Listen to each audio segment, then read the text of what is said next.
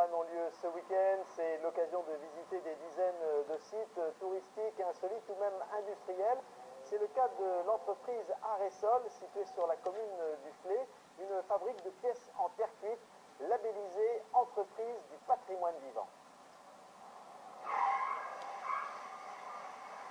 La grande cour de l'usine résonne du grincement des machines. Partout sont entreposées des dalles, des briques, avec cette couleur si caractéristique de la terre cuite. Jean-Pierre Durand voit ainsi la vie en rose depuis 20 ans déjà. Une histoire de famille débutée bien avant sa naissance en 1680 et dont le secret de fabrication est très simple.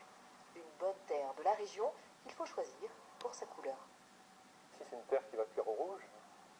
Dans le silo suivant, c'est une terre qui va cuire plutôt rose ou presque blanc. Donc ça nous permet d'avoir tous les gradients de couleurs. C'est votre vraie palette de peintre. C'est notre palette de peintre, voilà.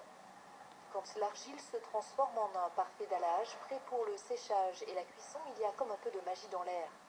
Dans la poussière de son gigantesque atelier qui accueillait il y a encore quelques décennies près de 25 salariés, Jean-Pierre Durand se plie à toutes les commandes, toutes les exigences.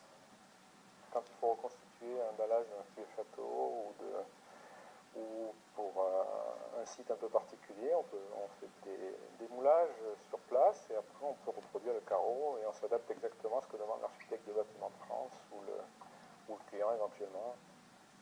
Artiste ou artisan, c'est au choix, souvent les deux, car Jean-Pierre Durand pousse parfois la précision à l'extrême, exemple avec ses carreaux émaillés censés remplacer un dallage du XVe siècle.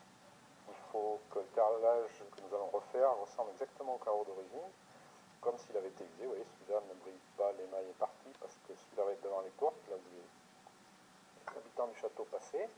Plus on se rapproche des murs, plus l'émail va être brillant, parce que forcément on ne passe pas le long des murs, et surtout c'est parce qu'il y avait des meubles au-dessus. Voilà. Depuis quelques mois, l'entreprise Aresol a obtenu le label Entreprise du patrimoine vivant, une vraie reconnaissance d'un métier oublié par certains mais sublimé par d'autres. Ce week-end, ce bâtiment du siècle dernier à la couleur si pittoresque sera ouvert au public à l'occasion des Journées du patrimoine.